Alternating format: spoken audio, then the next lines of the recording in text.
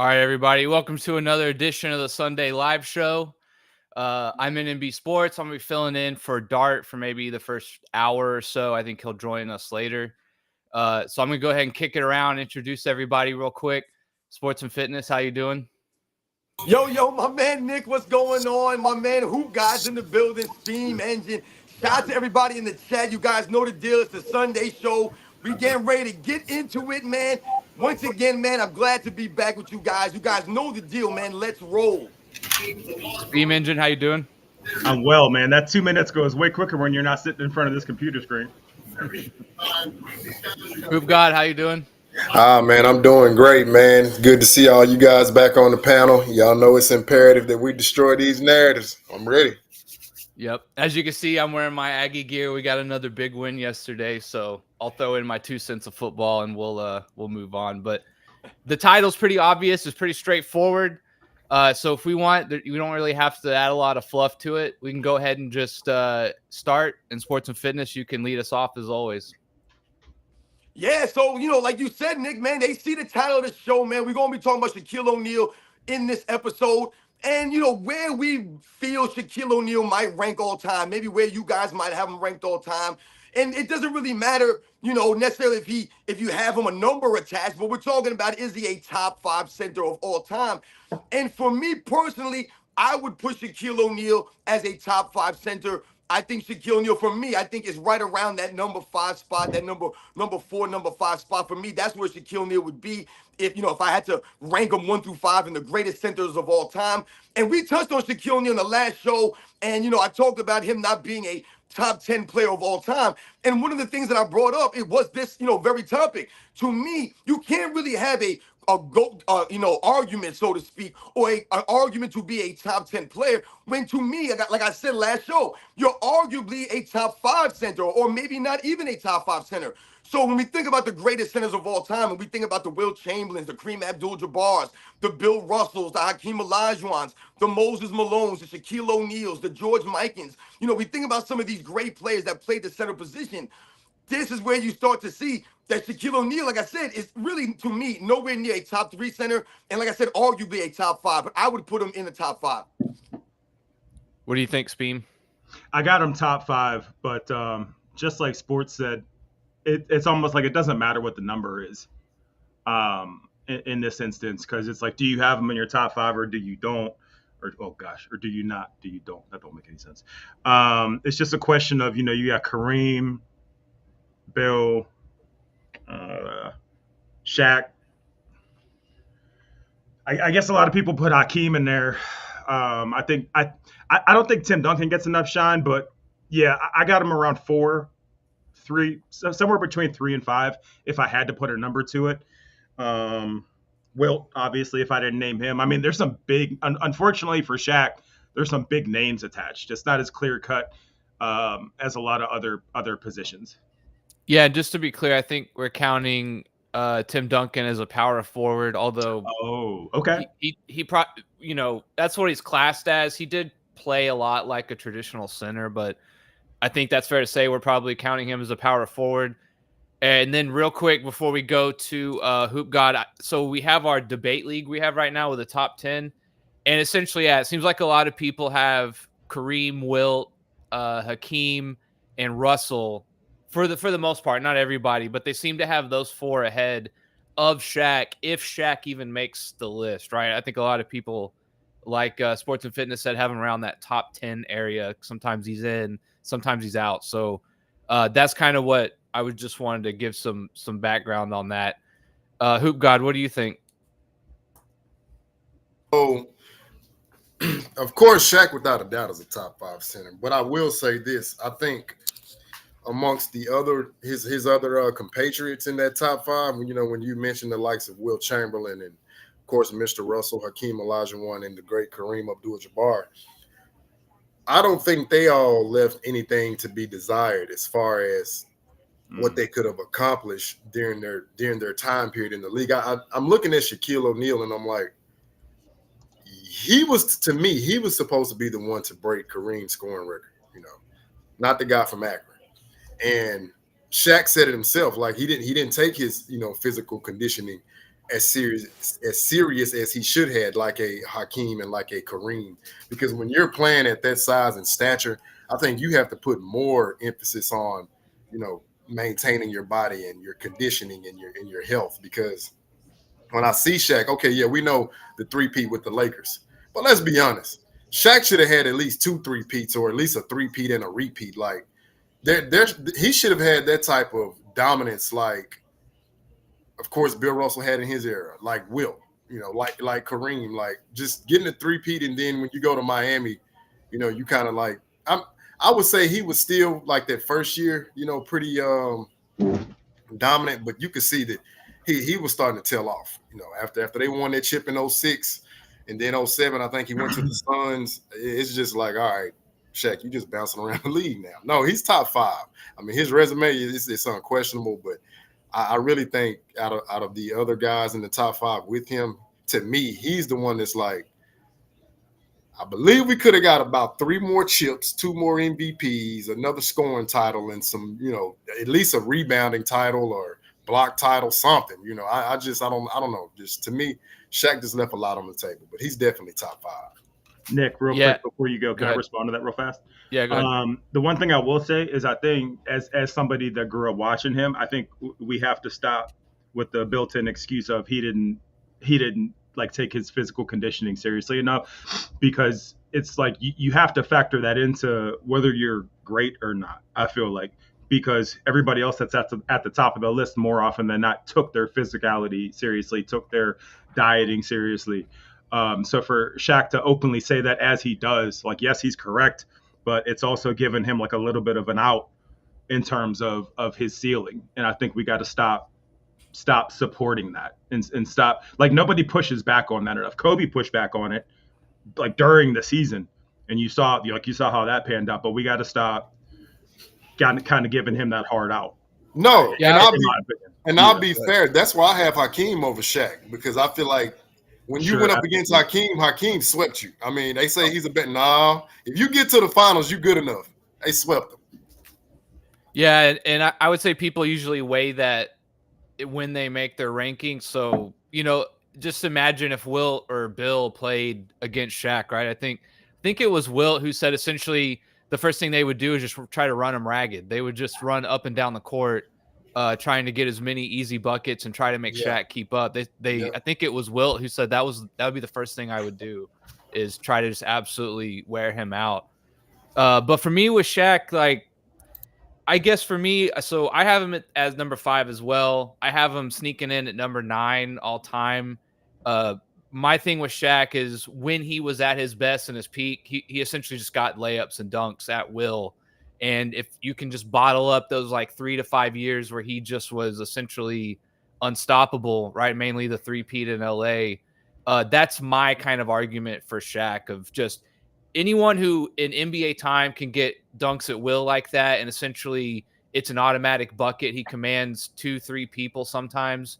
It's still one of the greatest things I think I've ever seen. I know he had Kobe and all that, but he got 3 of those finals MVPs. I mean, those were his championships, in my opinion. I'm not putting anything against Kobe. I have Kobe over Shaq all time. I'm just saying for that three-peat, though Shaq essentially, I think, just absolutely dominated his way to that three-peat. And again, why I have people like Hakeem, Wilt, and Russell over him. Again, you could look at things like free throw shooting, 2-in dominance. I think Rex even said, in his opinion, that Shaq is the greatest kind of what if or a person who didn't live up to his potential, in his opinion. There is some of that sours with Shaq, his free throw shooting, his conditioning. Some of that does leave him, in my opinion, under some of those other guys if you have to give them a slight edge. But for me, Shaq's got to be in the top 5, and the question is, who would you put in above him, right? David Robinson, maybe you could, Dart would probably make an argument for Mikan. So, I mean, I guess my question is, who goes in his spot at number 5? It seems like maybe David Robinson would be the next obvious choice, I suppose, but I'm not sure what you guys think about that. But I got him at number 5. I just don't know who I would put over him. Maybe you guys want to expound on that. Yeah, well, no, man, you guys made some great points, man. And Nick, man, you mentioned some good things there. I had mentioned Moses Malone. So listen, You know, a lot of Yeah, times when I Moses. hear people talk about these, top 5 conversations or these top 10 conversations and, things of that nature, some of the things that we're talking about, when people talk about Shaquille O'Neal, what do they focus mostly on? They, like you said, Nick, they'll talk about, yeah, Shaq was dominant for like 3, 4 years there.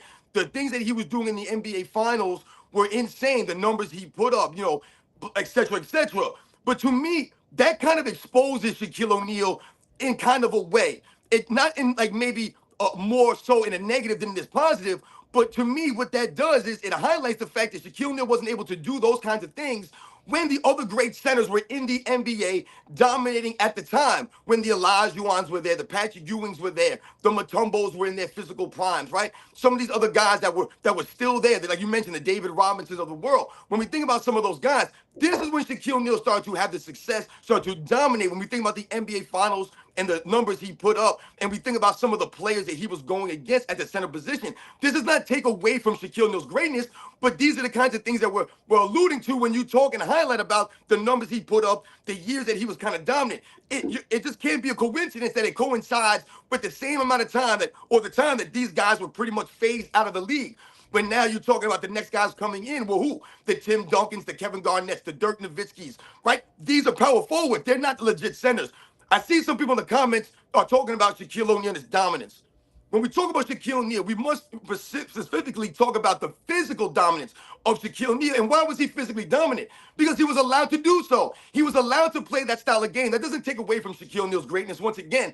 But these are the things that we must pay attention to. If Wilt Chamberlain, for example, was allowed to play that way back in those days, then who knows how Wilt Chamberlain's career may have turned out if he was allowed to lower his shoulder, use his physical strength and dominance against some of the players back in those days, where the way that Shaquille O'Neal was. When we talk about Shaquille O'Neal's overall game, this is where you make comparisons with the other players. This is where he gets exposed. When you talk about the rebounding prowess of Shaquille O'Neal, was he a good rebounder? Yes, he was a good rebounder. Was he an all-time great rebounder like a Bill Russell or Wilt Chamberlain? Boy, Hakeem Olajuwon. Was he even a greater rebounder than a David Robinson? No, he was not. So these are the kinds of things we're talking about. The defensive end. This is once again where Shaquille O'Neal gets exposed in these comparisons. When you talk about some of these guys saying he's a top 10 player, I just don't see how we could put Shaq as a top 10 player if, like I said, he's arguably a top 5 center. There are people out there that don't have him in the top 5. They have Moses Malone there. They have Hakeem Olajuwon. They have Bill Russell, Wilt Chamberlain, Kareem Abdul-Jabbar. They have all these guys that are Shaquille O'Neal. What we must also focus on is that doesn't take away from Shaq. He's still really great player, but all that does is highlight the greatness at the center position in the NBA's history. You mentioned a George Mikan, a David Robinson, a Patrick Ewing. These are great players. We didn't even mention a Bill Walton, some of these other guys. You want to go, Speed? Yeah, David Robinson's the only one that I feel like is somewhat interchangeable there. But as I'm hearing both of you out, it's such a rich position, and yeah, again, I'm the one who mentioned Tim Duncan. Yeah, power forward, so mistake on my part. But again, goes back to just the greatness of the big man era, and unicorn is like the best way to put that is like, yeah, his dominance wasn't that long lived, but man, oh man, seeing it in action was just something different. You take into account, yes, he couldn't be ref like anybody else.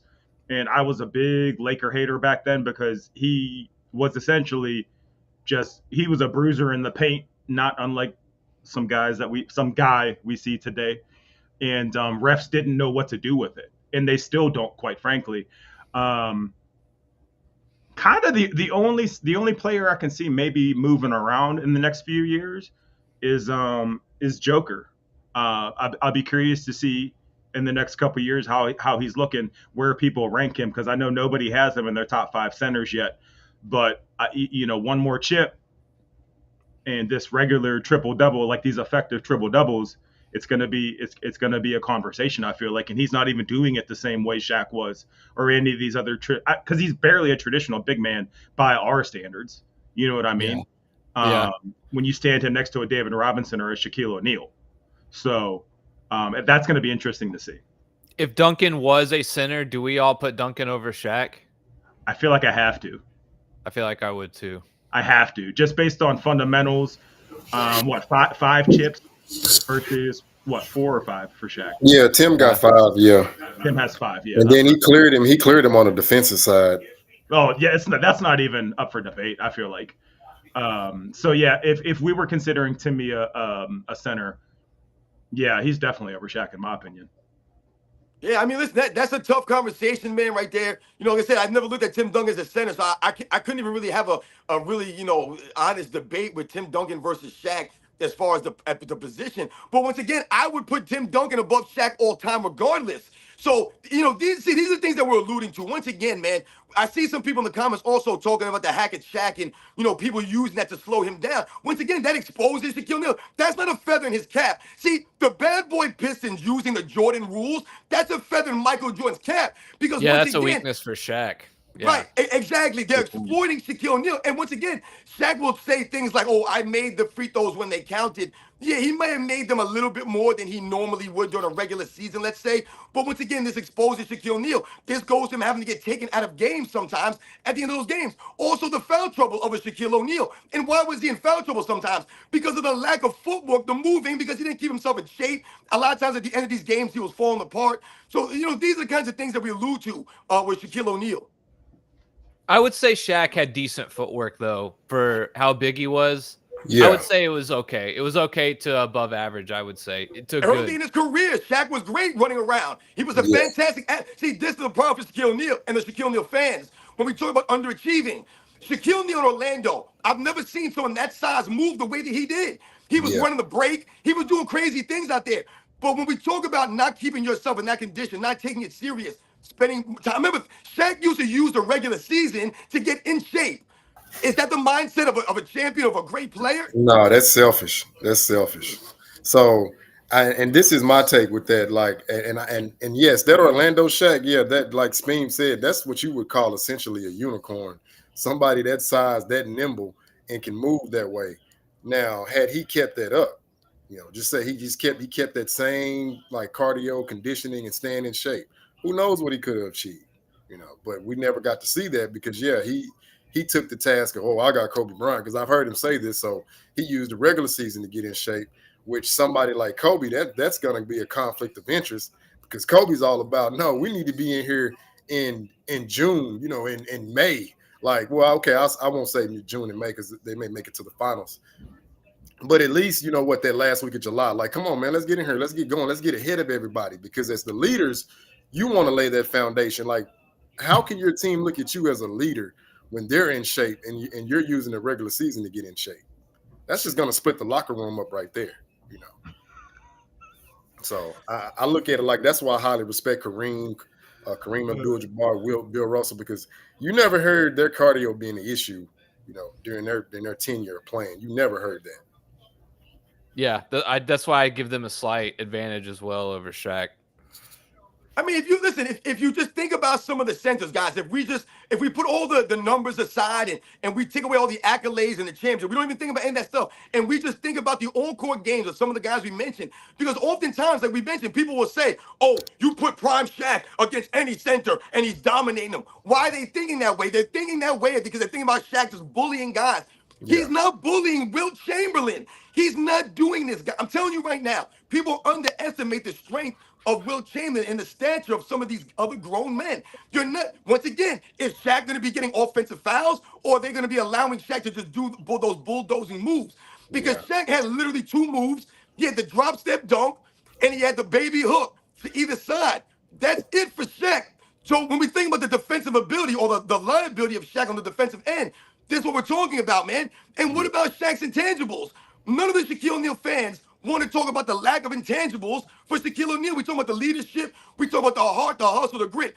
Shaquille O'Neal has never played 82 games in a season, not once. Wilt was playing 82 games in Chuck Taylor Converse with all kinds of, after a devastating knee injury.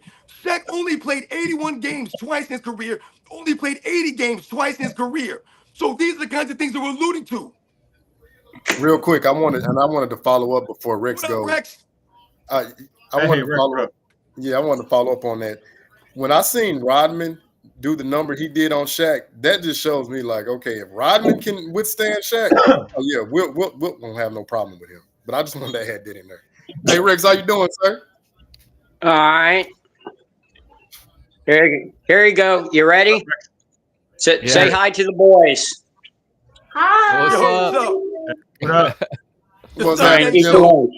What's Eat your happening, lunch. gentlemen? Miking? So where are we at here? Am I about to I don't know. upset Give the us your apple thoughts. cart or what? Give us your That's not thoughts. fair. Go Is for it, Rex. Shaq a top 5 center all time? Shaq is the most overrated basketball player in the history of the sport. Shots fired. All right. Coming in hot. Hey, the comments about to go crazy. It's Andy truth. got the shirt on. I Let's know go. all these casual fans. Somebody already said in the chat that he remembers Shaq ragdolling Tim Duncan and someone else. Exactly when did ragdolling become part of basketball? All right, that's called a foul. And if he wasn't so gregarious and so popular and just so famous, both in and outside of basketball, he would have never gotten any of those calls. And when you guys want to sit there, LeBron saying he never improved his game, people, well, that's what Shaq did. So you can't have it both ways. There, that's my piece. So, how are you guys doing? Hey, keep going, bro. Keep going. I'm gonna finish my taxes. Keep doing your thing. Hey, Rex, I'm gonna have to clip this and repost it because I just want to see the fans go crazy. Let them. I What did did see I an say that was interesting not true? comment in the chat. Do you Well- guys think Hack-a-Shaq was successful? Until the league changed the rules saying you couldn't do it. Yeah, they did change the rules for that. I do remember that. I would say overall, probably. The Pistons, I think they capitalized the most with that. Yeah, with that right. I was about to score. say, I feel like it was a case-by-case basis. Sometimes it was effective, sometimes it wasn't. Listen, the hack and Shaq, there's a technique to that. You know, when you think about guys like Greg Popovich instituting this kind of stuff, there's a kind of like, you know, smarts and intelligence behind this stuff. You don't just do it at random times. You have to be strategic with a lot of these things. So yeah, I think that at certain instances, certain coaches were able to utilize it and be effective that way. See, when people mention Dennis Rodman, you mentioned Dennis Rodman, who God. But Dennis, I saw someone mention that, you know, Dennis Rodman didn't stop Shaquille O'Neal, he just slowed him down. That's the whole point. That's what he was there to do. But how did Dennis Rodman slow Shaquille O'Neal? He mentally, right? Mentally, what Dennis Rodman does, he frustrates you. And how does he frustrate you? He gets you inconsistent by getting you out of your groove, by keeping you off balance, by getting you in foul trouble. Shaquille O'Neal was getting offensive fouls. He was getting him out of position. He was forcing him off different spots on the block, a little bit further than he wanted to catch the ball. That's what Dennis Rodman does. Those are the things that don't show up in the box score. Those are the things you have to actually watch and see. Dennis Rodman was able to frustrate guys. The same thing he did to Shawn Kemp in the NBA Finals. He frustrated Shawn Kemp by mentally getting him out of his game and keeping him off balance, forcing him into bad spots on the court, offensive fouls, things of that nature, and then also demoralizing you on the offensive rebounds. This is what he would do to a Shaquille O'Neal. When we think about rebounding the basketball, and we talk about defense, and we talk about Shaquille O'Neal, once again, was Shaquille O'Neal one of the all-time great rebounders and defenders? No, he's not thought of that way. And why not? Because of the lack of consistent effort and hustle he was able to give because of the way that he did not keep himself in shape, and he did not care to play that defense. He literally rested on his laurels and allowed himself to be as big as he could be to use those tactics to dominate. That's when you think about the game and you think about the guys that he was going against. Once again, it takes away from him. I was just saying real quick on the Hack-a-Shaq thing. I was just say real quick on the Hack-a-Shaq thing. I would say like yes, it's successful because kind of like you were saying, use it in spots. So when would you use it? If Shaq's on an absolute tear, you have no answer for him. You know, your guy, you have like maybe your big guys on the bench with fouls already or something like that. It's only used when it is needed, right? Like you were kind of saying. So late in game, desperation. Again, if you're the Lakers or the Magic and your team's rolling through Shaq and you're cooking and the offense is working, the inside out game and everything, if all it takes is to do a Hack-a-Shaq to kind of just slow you down and throw a wrench in your groove, even if Shaq makes 75% of his free throws, right? It still is just another thing to deter you, make you switch up your game, get you off rhythm. So, like, yeah, it has to be successful because it's just such an easy thing to do as a defense. Just foul that guy. He can't shoot free throws very well. and no matter what you're doing, it can be done. That's got to be a huge advantage for the other team. Well, the big thing with the Hack-a-Shaq, I remember seeing a statistic about how effective it seemed to be it was specifically referring to the Laker years, at Laker home games as opposed to on the road, because it would just kill the crowd involvement by taking those dunks and all those motivational plays out of it. And then you're just sitting there watching him on the free throw line, and it would really affect that part of it, which how much that affects the team on the court depends on the players and situation type. But to Robin's point, everything that Robin just said, you can YouTube it. Shaq admits to it. Shaq openly admits that he did not work, that he let himself get out of shape, that he got lazy. He admits to it now. So it's not like you can look at Robin and say, "Oh, you're full of it. You don't know what you're talking." He's literally echoing exactly what Shaq said about himself. So there's no argument on that. You know, I just want to say, when we think about the dominance of Shaquille O'Neal, if you guys remember in the late 90s when Shaquille O'Neal left the Orlando Magic and he went to the Lakers, part of the reason why he left Orlando was because he didn't want to go against Michael Jordan in the Eastern Conference. But if we think about Shaquille O'Neal on the Lakers, right, 1997, 1998, if you guys remember, it was Phil Jackson who did not want the Lakers playing against the Utah Jazz. It was these kinds of teams that Phil Jackson wanted the Lakers to avoid when they were making their runs, because he knew that a team like the Utah Jazz, a well-coached team, a team that was well-run, a well-machined, and that was stout defensively, right, that wasn't going to beat themselves. They were tough to beat for a Shaquille O'Neal team. Because once again, can you guys name me the great center on the Utah Jazz that Shaquille O'Neal was going against? No, he was going against Karl Malone in a lot of those games. Karl Malone, man. When people talk about Shaq's dominance in the chat, in the comments, that Shaquille O'Neal fans, and they talk about, yo, man, prime Shaq could bulldoze and go against anybody. He was being stopped by Dennis Rodman, who was being outweighed by Shaquille O'Neal by about 40 pounds and was about 3 or 4 inches shorter. And what did Ben Wallace do against Shaquille O'Neal? He was pretty successful against Shaquille O'Neal, making him earn it and work for it. Is Ben Wallace anywhere near the size of Shaquille O'Neal? No, he isn't. But once again, it's not about the size. It's about the stoutness, the strength of some of these grown men. And this is what I'm talking about. Yeah, and that article that you were referring to, I had looked that up a while back. No, and everything you said is true. Also, Phil stated that he knew that the Utah Jazz, their basketball IQ was so supremely high that his Lakers were not ready for them. And the reason, because the Utah Jazz, similar to the Spurs, they would capitalize on your mistakes and then out execute you on the other end. And with that pick and roll with Stockton and Malone, and then you got Hornacek or Byron Russell coming down off those baseline or pin down screens, that's too much for you to, like, you have all this going on, you're going to slip up somewhere. And you got somebody with an IQ like John Stockton, oh yeah, he is going to dot you up every single time. So yes, Phil did not want to play them for that very reason. And they were going to exploit Shaq. They were going to get him in the bonus, get him out the game, just nullify him, and then just pick them apart. Yeah, I mean, look, I don't understand the whole. They had I believe it was Dart. I believe it was on this channel talking about months and months, had a thing saying who was the most dominant basketball player ever, and so many people were saying Shaq. And somebody needs to explain to me how Shaq was dominant when I believe he had, was it 1 MVP, maybe 2? 1 scoring championship, 1 MVP, 2 scoring titles. Yeah, it's okay. Scoring titles 2, and that's in no rebound titles. Yeah, that's all he had in a 19-year career. How is that dominant? And I just want to say something. I saw someone put that Del Harris was a coach. I didn't say that Phil Jackson was a coach in 1997-98. What I was saying is in 97-98, the Utah Jazz beat the Lakers in the postseason, right? And then when Phil Jackson came in, that was part of the reason why he didn't want them to play them. That's what I was saying. Yeah. Yeah, and that was something I was going to say, was talking about his dominance. I mean, he got his team to the final once in the 90s, and they got swept.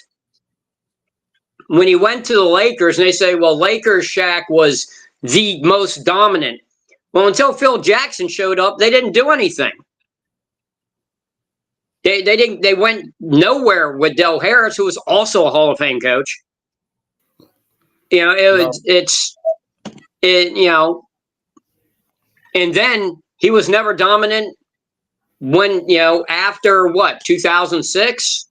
What did he do from 2007 until he retired? He really wasn't even that dominant in 2006. I mean, he was still okay, but this is well, he something was. else. Yeah. This is something else that shocked me. I didn't realize Shaq had been swept 6 times in the playoffs. That was mine. But he was so dominant. Yep.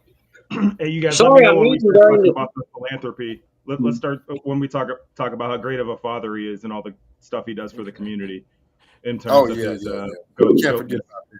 I have a list of those things as well, by the way. Yeah.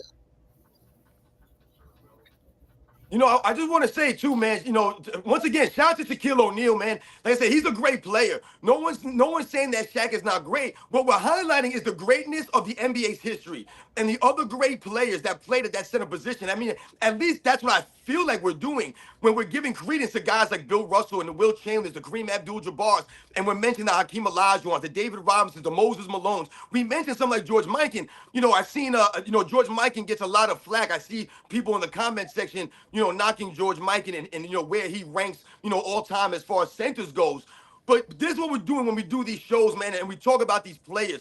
When we talk about LeBron James and we have a laugh and the things about it, we're not tearing these guys down and saying that they don't deserve to be in the Hall of Fame or they're not great players in their own rights. What we're doing is we're putting things into perspective. We're giving context here. Sometimes people don't want to give perspective or context when it comes to Shaquille O'Neal. And when they focus on his career, they only focus on the 3P. That's all they focus on. Oh, Shaquille O'Neal was the most dominant player from 2000 to 2004. That's all they say. But there was a lot more to his career. We have to judge the totality of Shaquille O'Neal's career. And when you think about him being on the all-defensive team 3 times, never an all-defensive first team, and why was that? That was partly due to the era he came in. When you come in the NBA during the 92-93 season, who are you going against for all defensive selections? You're going against some of the legendary centers at that position that play both ways, the David Robinsons, the Mutombos, the Patrick Ewings, the Hakeem Olajuwons. So yes, it's going to be hard for you to make an all-defensive team. But when we talk about Shaquille O'Neal on the backside of his career, the last 10 years of his career, let's say, when those guys were all long gone, they had been gone old or retired, this is where Shaquille O'Neal gets exposed. His lack of dominance, true dominance. You didn't dominate the boards, man. You weren't Moses Malone on the glass.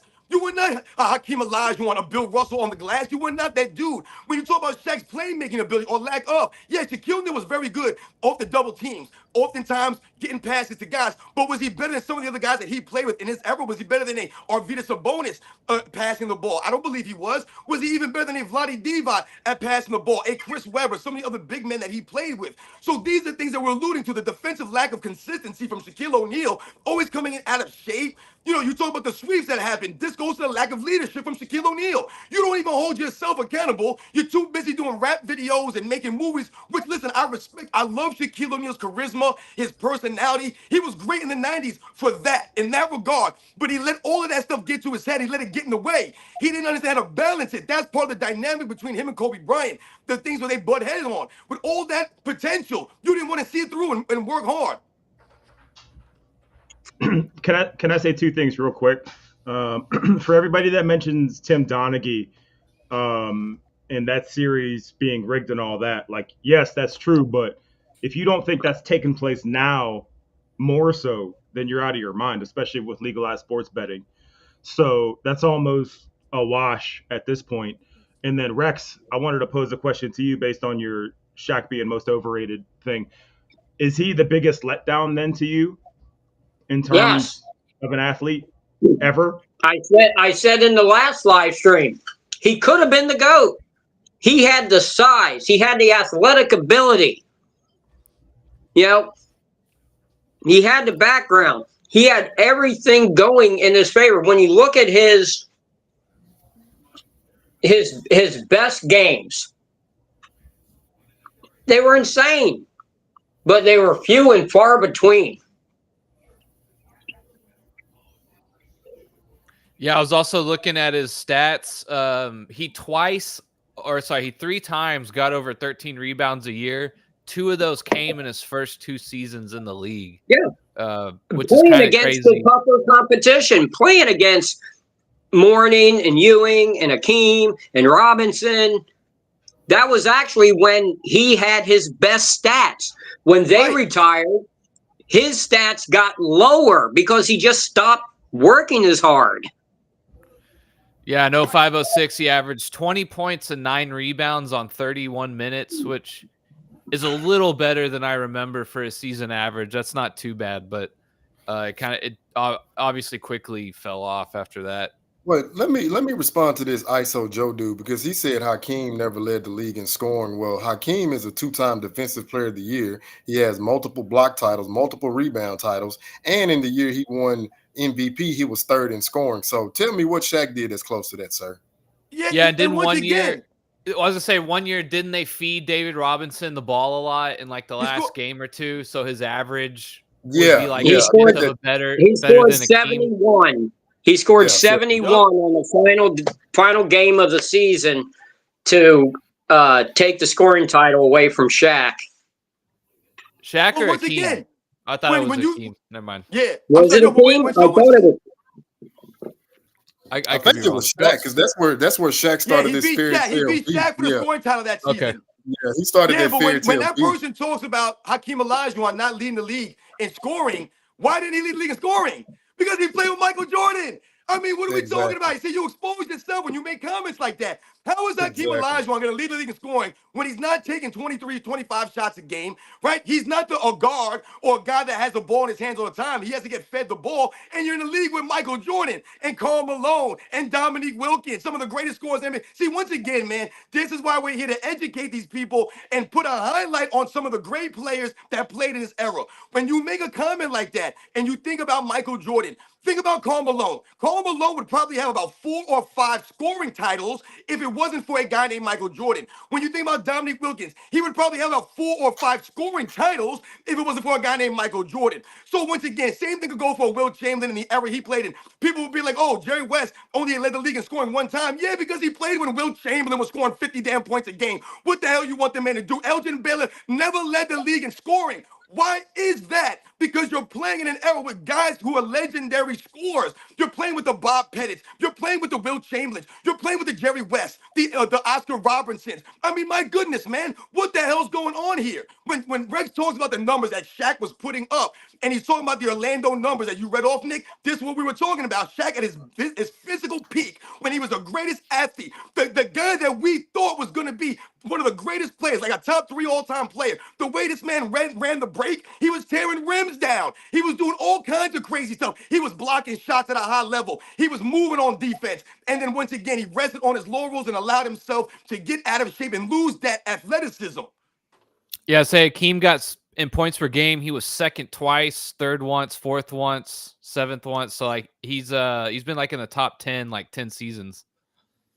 Who has a better overall offensive game? Hakeem Olajuwon or Shaquille O'Neal? Come on, man. Shaquille O'Neal was a more consistent, aggressive scorer. Hakeem Olajuwon could score in a myriad of different ways.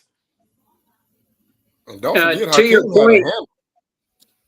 To your point about Elgin Baylor at one point had the record for most points in a game. Before Wilt, Elgin had the record. And he also had the record for most points in a playoff game until that was beaten by Jordan. So that tells you what Elgin Baylor was able to do, and still he never got a scoring championship. Never.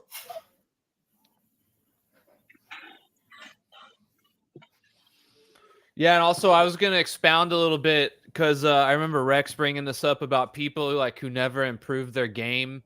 And I always put Dwight Howard in that category as well. And I also put James Harden a little bit in that category. Some people disagree with that, but I think James Harden just got better at the things he already did well. His game has not really evolved in a way that I would like to see someone who's got as much talent as he does or has. But I always think of those two guys as well, just guys that never really. They were just kind of always the same guy, from start to finish. Nick, you got to be careful when you say evolved like you wanted, because people are gonna twist that into he didn't evolve his game at all, and he did. It just never translated into winning. And again, context, right? It's like, yeah, he went on that crazy scoring spree of 30 points great. And there were, of 30-point games. There were 40-point games in there, 50-point games in there. But overall, what did it translate to? Nothing. Right. Big So nothing burger. big nothing burger, right? So I think it was like 3 or 4 weeks ago, there were people that had the nerve to put Harden over a D Wade. And it was just like hearing that out loud is just, again, it provides context into how people think now. It's all about numbers. It's all about what you could put on the spreadsheet. But when it comes to Well, winning, it shows casualism. It shows yeah, casuals that are just given numbers and awards in their face and then just repeat what they've heard. They actually don't watch the games, understand the game, how it's played, and how someone like Rodman is considered one of the greatest defensive players of all time, yet didn't average a block or a steal a game. Same with Joe Dumars. Michael Jordan will tell you, Joe Dumars was who he had the most trouble with. Joe Dumars didn't average a single steal or a single block per game. But these are the greatest defenders of the era, because steals and blocks do not tell the picture. But to casuals, he had a bunch of steals, he had a bunch of blocks, he's a great defensive player. And if you didn't have that, you're not a great defensive player, because they don't understand the game. Hello, everyone. Michael Jordan fans are the best. Yes, Yo, sir. what's up, hey, Dart? what up, Dart? What up, Dart? I Man, actually beat you. I had a rough night. I was hoping I'd get here like 25 minutes ago, but I was just getting the heat, to say it lightly. But anyway, yeah, I'm doing all right otherwise. Um, yeah, so can y'all start me from the top? No, I'm just kidding. That's my go. Did you guys go through your did you all go through it? Yeah, go ahead, Dart. What you got to say, man? All right. So for Shaq, I think that he is there's a dead cat on the road. That he is a contentious person that I think arguably should be out of the top 5 greatest centers of all time. Now, to my criteria, I have him in there. Now, do I think I think he, in respect to being the best center, I think there's a really good argument to have him out of it. But greatest, I'd have to put him in it. For the greatest, you got to have Bill Russell. You got to have George Mikan. You got to have Kareem. And then I think in regards to greatness, you got to put Shaq in there next. However, I think that Moses Malone could be better. I think that Hakeem could be better. Um, I think you could argue David Robinson could be better in ways as a total package. And then Tim Duncan, if you want to call him a center. So I'm driving, so I don't have a lot of zeal, and I didn't mean to segue from this, but yeah, I'd have to put him in my top 5 greatest centers. All right, well, yo, Dart, did you hear what Rex said when he came in? He came in and said that Shaq is maybe the most overrated player of all time, man. What were your comments on that? I think that he is, and I think it's an icon thing, and and I include icon and greatness. So, I think overrated, yeah, on the court wise. At the most overrated, I don't know about the most overrated, but I think he is on the court wise in a lot of ways overrated, or at least overappreciated, I should say, because he was fantastic in respect to his athleticism and how they let him play. It was a sight to see. It was entertaining. Um, but yeah, if I had to say in respect to, because some people would say he's the most dominant center of all time, or this, that, or the other thing. And I think it's Will Chamberlain by a mile in respect he's the most dominant center of all time. So in that respect, I think he is overrated. In respect to all time, no, I think he's one of the all time great / best players ever. But for how some people give him these flowers, I think they give him too many flowers sometimes. And that's all I got to say about that. We should do another topic. Who is the most overrated player of all time? That would probably be a good Shaq. one. Yeah, I wanted to. Yeah, that's what when you guys brought up Give James me Harden, these We're are the doing kinds of that one things. right now. That's what we're talking about when we talk about the Shaquille O'Neal thing. It's a similar thing. James Harden, like you said, what he did was he used the manipulation of the rules in his favor to gain what and look like he was doing something that he really wasn't really doing. And what happened once the NBA started to crack down on all the palming and the carrying, the 5-step drop back threes he was allowed to shoot, and the flopping and flailing around, shooting a billion free throws a game. Once all that changed, what happened to James Harden? He's been negated to nothing. And what do we know about James Harden? That in the postseason, all those antics and tactics that he was allowed to manipulate, it didn't work in the postseason because the game was officiated, the game was played differently in the postseason, and that's when he got exposed, man. It's similar for Shaquille O'Neal, not in such a bad way or negative as a James Harden, but when you think about Shaquille O'Neal, he rests on his laurels. He came in with all that talent, all the potential, and then he allowed it to affect him negatively. That's what he allowed it to do. real quick, don't y'all know that Bleacher Report had the nerve to post a clip of James Harden doing a fake pass into a step back that resulted in an air ball? That was a real clip, like on their social media. Like that's where we are now. Um, a fake pass into I'm sorry, not travel, crab dribble, gather step into an air ball, and this was newsworthy. So that tells you everything you need to hear.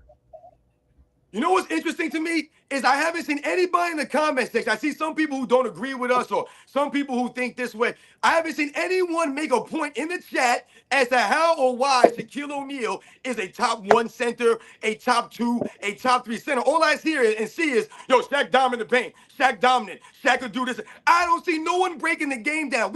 I've broken the game down to you and explained the things that Shaq did not do on the basketball court greater or better than a lot of these other great legendary centers.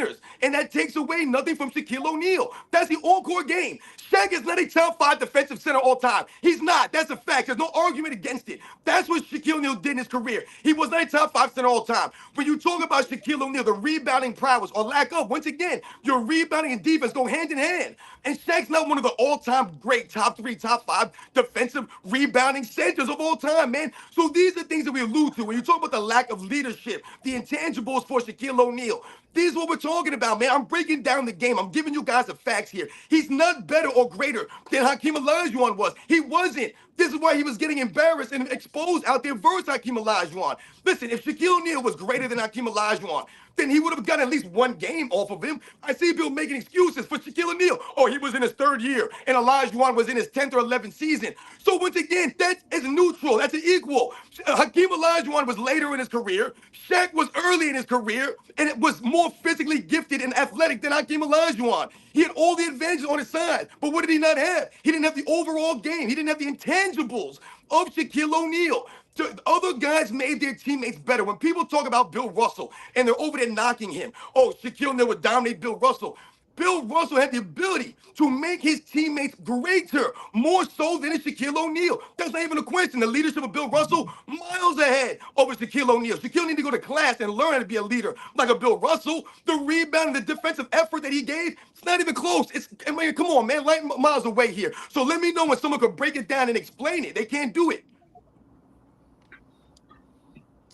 Yeah, one thing for me with Shaq is to your point is that people just really just go overboard with it. And I mean, some people might be critical of us with the Michael Jordan thing, but I think that I think LeBron James and Shaq are probably the two over appreciated, over zealous fans that just go over the top because there are things that back up some things. However, like in contrast to Michael Jordan, he dominated the league in scoring 10 times, the 6 championships, and even on the icon side, he won more of the top uh, awards that you could win within the league. With regards to Shaquille O'Neal and LeBron James, they did so sometimes, but not nearly as much as guys like Michael Jordan. So, and what you're talking about with breaking down the game too is yeah. I mean, and again, he is one of the, or was one of the greatest, however you want to put it, / best players of all time. But to claim that he's the most dominant player in the paint or the most dominant player just overall of all time is grossly overstated. It's a ridiculous comment. But compare him to Wilt Chamberlain or other great centers of all time. He doesn't match up in my opinion. AOH is here. Yes, nice of you to join us. That explains the background noise. I mean, Hey, yo, when wait, how Shaq you got doing, sir? drafted to the Orlando Magic, they did not make the playoffs that first year. Shaq didn't come in and lead them to the postseason. It was only when Anthony Hardaway came the very next season that the Orlando Magic made the postseason, and they got swept in the first round by the Indiana Pacers with Rick Smits. So once again, when Shaquille O'Neal was going against any sort of center, he failed and faltered. Where was Shaquille O'Neal in 1997? Where was he against in 1998? They got beat down by the Utah Jazz. Once again, can someone name me the center on the Utah Jazz? He's going against Greg Ostertag. Greg He's not going Ostertag. against a legendary center. And where was Shaquille O'Neal? Nowhere to be found. Greg Ostertag. Man, oh man. That's a drop. That's a name drop. AOH, you there? Doesn't matter. He contributes the same. Oh my god. Oh my god, this guy. I was just muting myself. Takes me a second to unmute. Did you accidentally call? I'm just listening. I'm just enjoying, guys. I'm just listening in. Oh, you're just chilling? Didn't we say we can't have that anymore? People just chilling in here. What's your take on the topic, AOH? Oh Have my you god, guys I'm about to talked Should I about just kick the him? big hand? Kick him. What are we doing here? All right.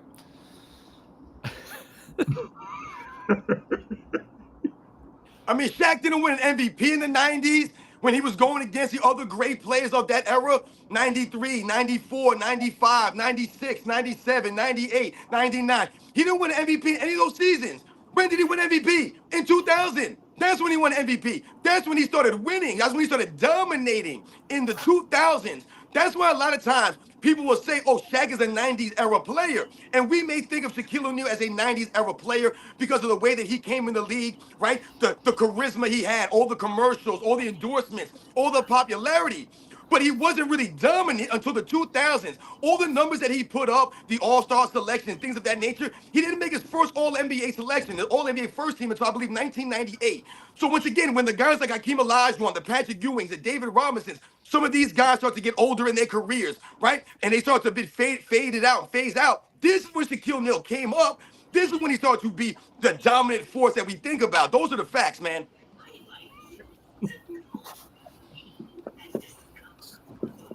Yeah. AOH, you there? Yeah. Oh, go ahead, Hoop God. No, I was just looking at one of the comments in the chat, and Shaq was swept 3 straight playoff appearances: 94, 95, 96. How did he fare in 97? Did they face the Jazz and they got gentlemen swept? What was the result? In 97 it was 4-1, 98 it was 4-0. So in that time span, 4 sweeps, 1 gentleman sweep. Oh wow. That's head scratching. Exactly. Yeah, so he where's the didn't- dumbness? Yeah, he didn't start getting team success until he got Phil Jackson. Yeah, I mean, I've I've made did my point. dominate. Well, Good. Shaq, because everybody, I mean, okay, You know what he did dominate? injuries have dark. You know what he did dominate? He dominated the McDonald's drive-through every day in the early 2000s. That's what he That really is dominated. diabolical. That is diabolical. But no, I'm looking at a pattern. So okay, one time somebody could suffer an injury. All right, cool. You get swept back to back. To me, that's not a coincidence. But you get swept 3 straight times. That's a confirmation. I'm sorry. Yeah, I don't know how I feel about like some people are mentioning how he's hard to ref. I feel like that works against him at times too. Like I remember one time, you guys remember Brian Grant on the Portland Trailblazers? Yeah. Him just like absolutely trying to wrap up Shaq's arm, and Shaq still just ripped right through it for a dunk. And it's a little bit. This is the only comparison I make between Luka and Shaq is that they invite so much contact that it can work against them and it can work for them at times. I guess I was gonna be a little bit of devil's advocate on the.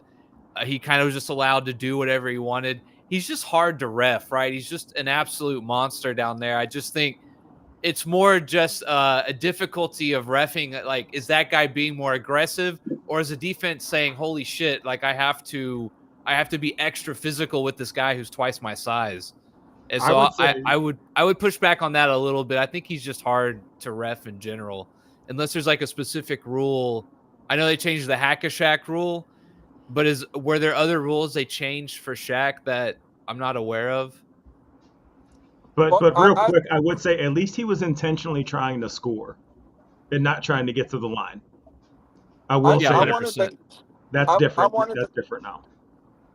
I wanted to comment on the being like for being a normal big guy. I hate that. And no offense, Nick, but that's the thing that just grinds my gears the most is when people say, "Oh, well, what are you going to do? He's just so much bigger than everybody." And even for me, playing like the typical church league game or whatever, and getting reffed, I'll still get killed out there. And then I go and I barely touch somebody, and I'm a murderer. You know what I'm saying? I'm getting stabbed in the ribs, and then I that's just one thing that just drives me crazy when they say, "Oh, well, he's so big, so should I call a foul?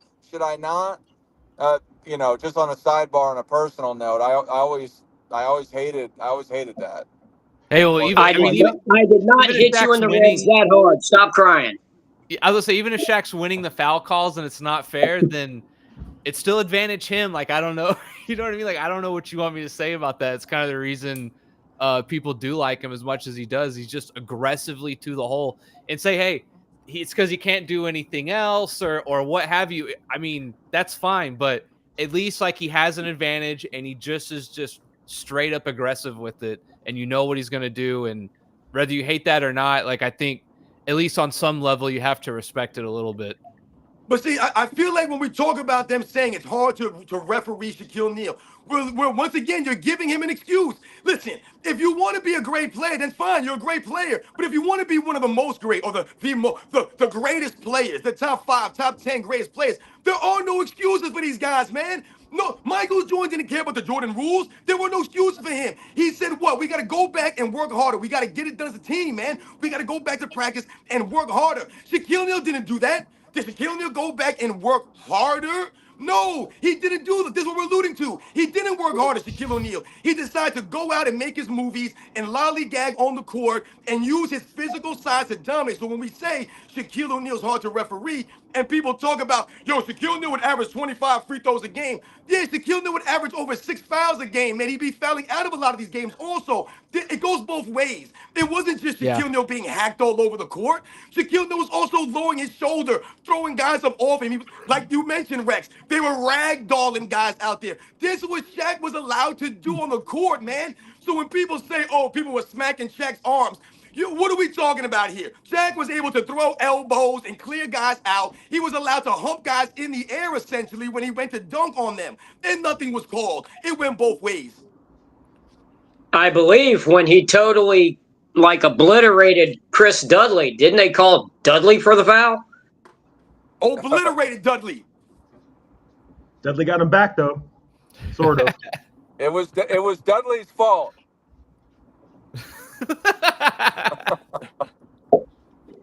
Oh my God. Okay, somebody in here said Shaq bullied the bums. Exactly. He played bums. He didn't ascend until all of the great 90s centers got old or retired outright.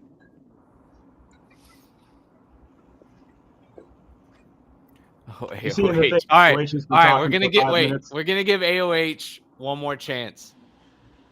I'm talking. AOH, are you there? Can you not hear me?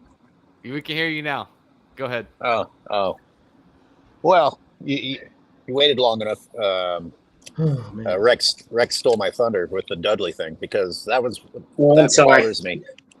People love showing that as one of Shaq's "I'm dominating people" moves, and like Dudley almost was like being kind and like catching him after that dunk. And what Shaq do? Throws him to the ground, and the play continues. And the refs didn't come in to say anything about that. I thought that stands out in my mind as something pretty bad. But I wanted to jump on what Sports and Fitness said about excuses because do you guys remember all the excuses they made for why he couldn't make free throws? Like he was too tall and his hands were too big. Do you guys remember that shit? His Right. wrists or something, right? Okay. So, have you guys ever shot on a Nerf hoop?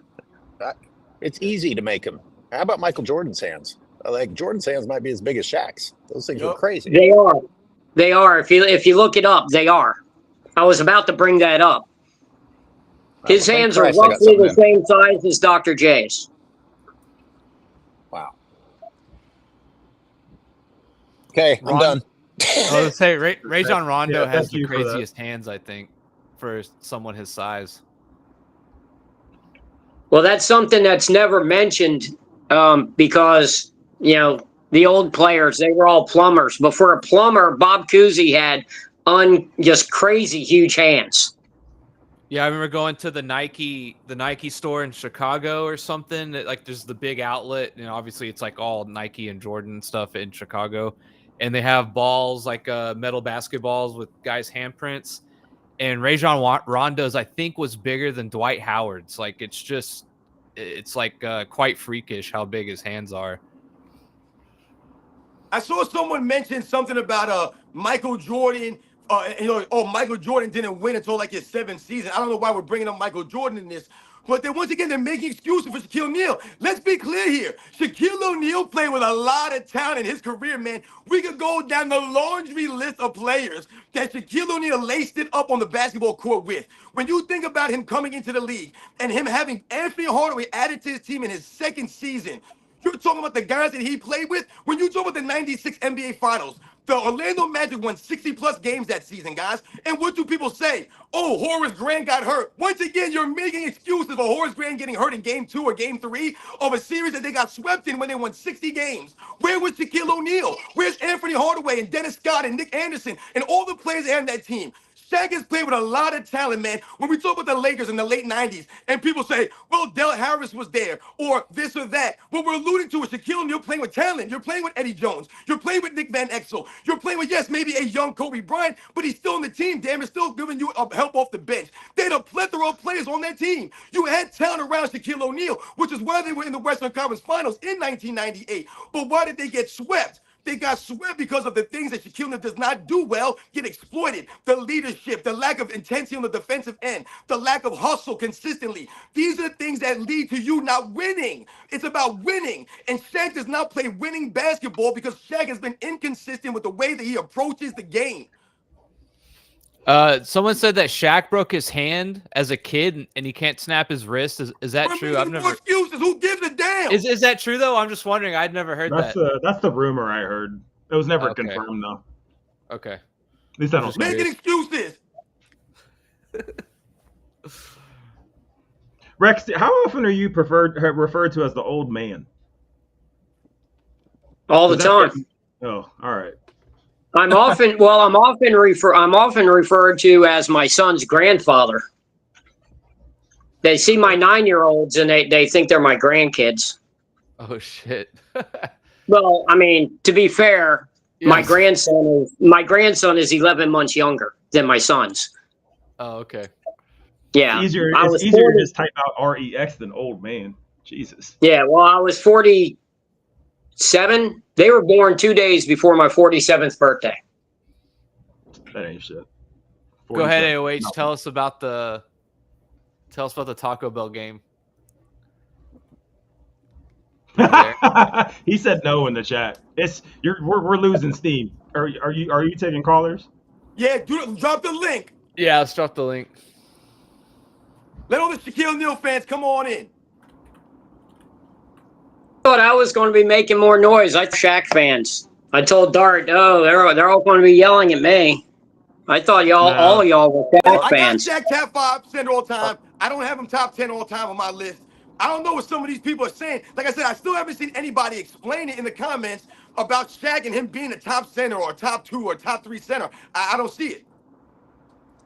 Yeah, I mean, to me, I I can name 10 centers that I would pick over Shaq. I'd like to hear that, actually. I got them on my phone.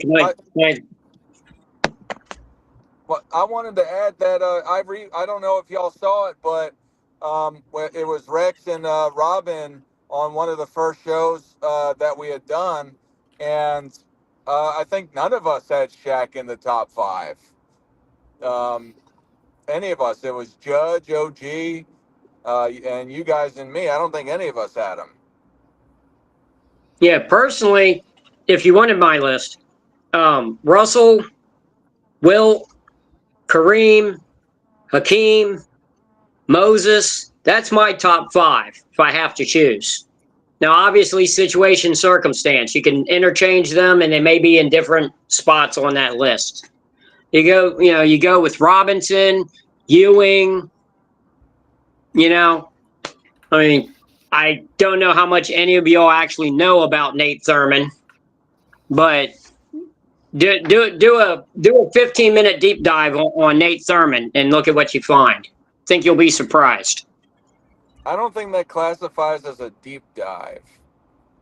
Oh Well, yeah, I guarantee you, 90% of the people listening to this right now don't even know who he played for. All right, we got a couple callers. Let's run through them real quick. King Speech, you're on. You got a question or comment? Yeah, I have a comment. Can you guys hear me? Yep, we got you. Yes, sir. Okay. Yeah, so I kind of agree with most of you guys, but I kind of disagree with some of the points. I think you guys are a little hard on Shaq. I mean, the criticisms are fair, but at the end of the day, he was as dominant as he was for as long as he was. In my opinion, he was the best player in the league from the time Jordan retired in 98, 99, basically beginning of 99, to about 04. Then after that, I think Kobe took over. And so that's his period of dominance. Before that, he's called him a top 5 player from after his rookie second year until then. So, I mean, at the end of the day, I got him as the 4th best center, right ahead of Hakeem, only because of the period of dominance in the championships. I know Hakeem was a much more skilled player, but at the end of the day, Shaq did not have to apologize for his size and ability, just being able to get it done. So at the end of the day, that's his period of dominance. That's able to dominate with size and freakish athleticism. And honestly, that's the only reason why LeBron ahead of him all the time is because LeBron has the longevity. But it actually is one of the 8 players considered. I only consider 8 players in the NBA who dominated the league, and Shaq is one of them. Kobe is another. The Bird and Magic. The other 4 would be Kareem, Jordan, Wilt, and Bill Russell. So, I mean, you dominated the league for a period of time. It's a lot. That's a good comment. Anyone want to respond? Let me do it real fast. So I've been doing episodes recently about what that word means. Dominant means to be commanding, controlling, or prevailing over all others. Now, how would you say that? Does he sound like he's from Cybertron for you guys too? Yeah. What's that? Dart, can you drop out and come back real quick? Dart's on Mars. Hey, Speem, you said he coming from Cybertron? Bro, I'm telling you, I can almost understand what he's saying just based on watching Transformer movies. Dart, fall off and then come back.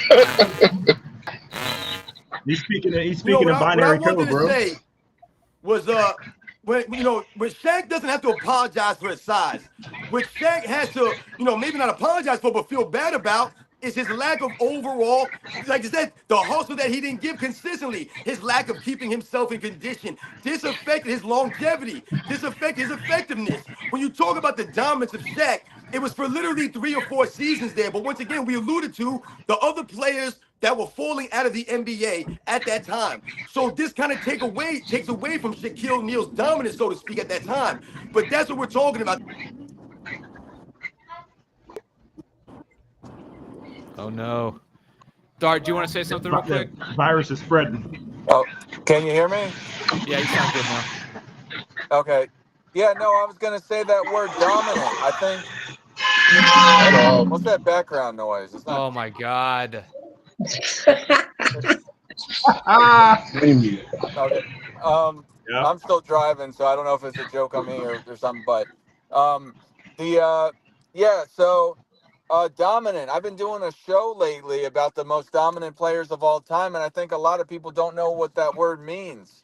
It means to be commanding, controlling, or prevailing over all others.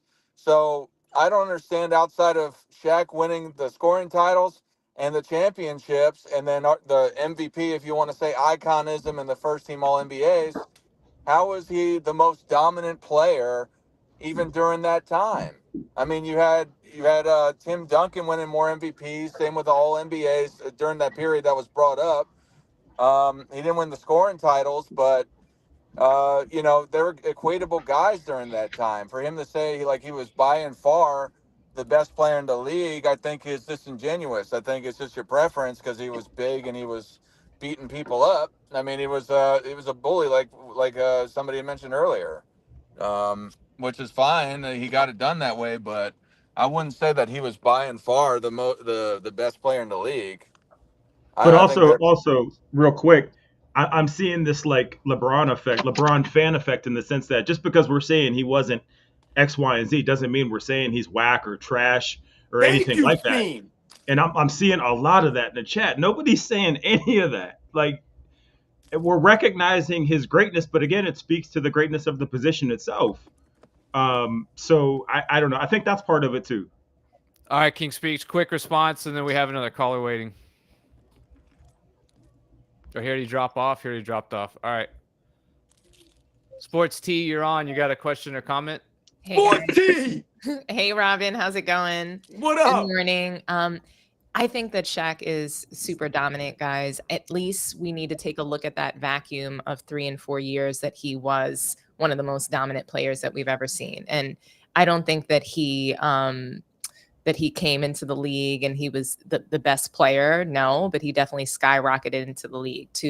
I think for us to basically downplay what he was able to do, what he was able to show us, with our own 2 eyes. So Robin, I disagree with you just a smidge on this. Don't get mad at me, but I think that it's not just about MVPs. When we talk about dominance as it refers to basketball, it really is how you run over people and get to the rim. It's not just being able to control the game. That's not dominance. Dominance is Shaq. Dominance is Wilt Chamberlain. Dominance are the guys that,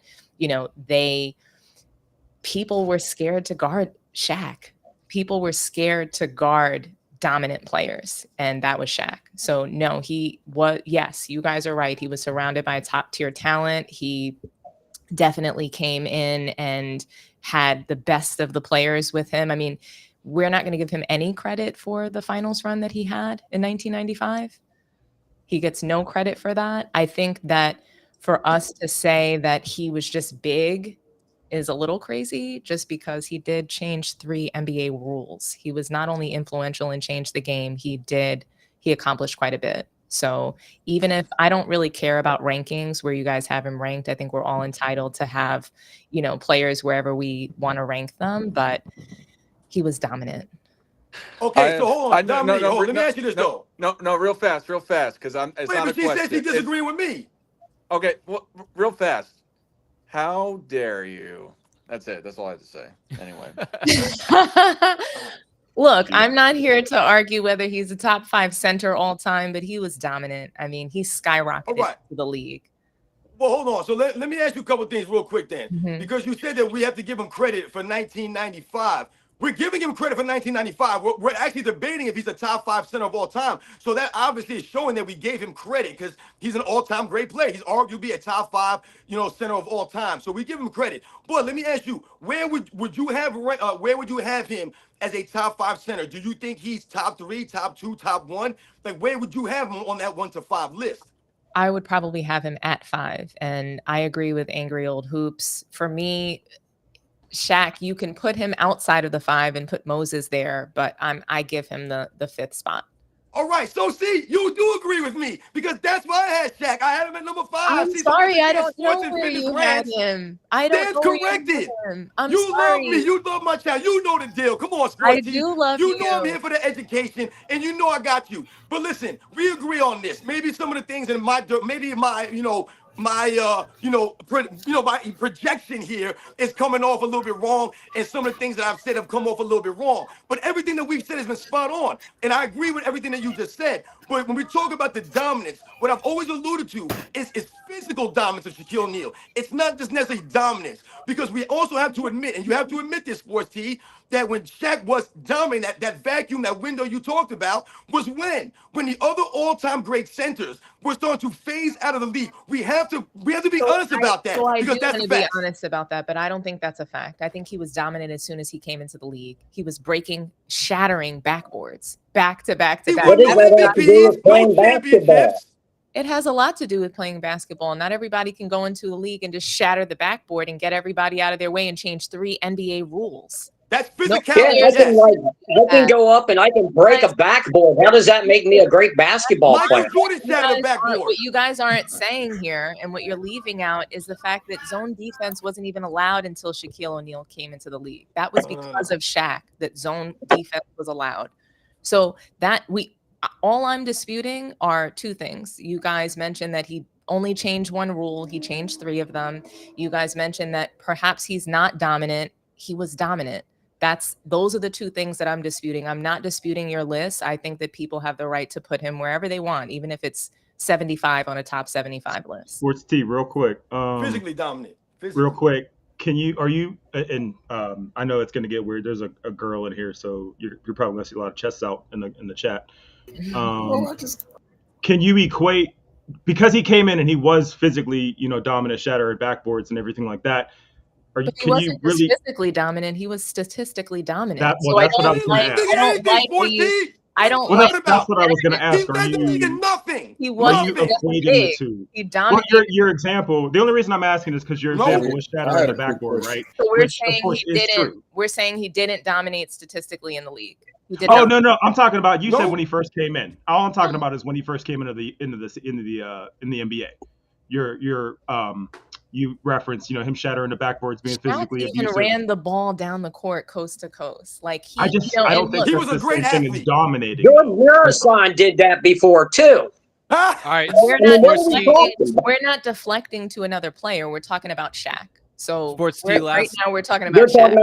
Last totally comment, irrelevant. and then we got another caller. No, keep her in here, Nick. Keep her in. Bro, she's going to keep the audience numbers up. Okay, I really just wanted to stop by. Today's my day off. I'm going to rest a little bit. But thank you guys for having me. I really thank you, appreciate Sports it. I follow you now. I just wanted to make those 2 points. I really thank you guys for having me. Happy Sunday. Enjoy. And I'll keep watching and commenting, okay? Yo, wait, nice to meet you. Real quick. Hey, Sports T, I wanted to salute you and commend you for how you broke down that whole narrative with the LeBron Jordan and how he hadn't passed Kobe on Man Down Sports. Hey, salute to you. I just followed you. That was an excellent breakdown. Thank you so much. I really appreciate all you guys, and I'm following and watching everything that you guys do. You guys are all awesome. So thank you so much. Thank you. Thank you.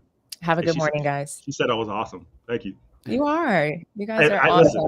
And Michael Jordan is the best, and Michael Jordan fans are the best, by the way. Dart, you hear that, Dart? I did. I put on my Jesus baby shirt just for. You gonna put that as your promo? Hey, Dart, you better trademark that. Yep, that's the sound. I got Ticket TV to say it. I got Scap to say it. I got I got Sports T to say it. So there we go. It's like that Maybach music thing. Yeah, we got it. Now. We're good. Have a good one, guys. Bye bye.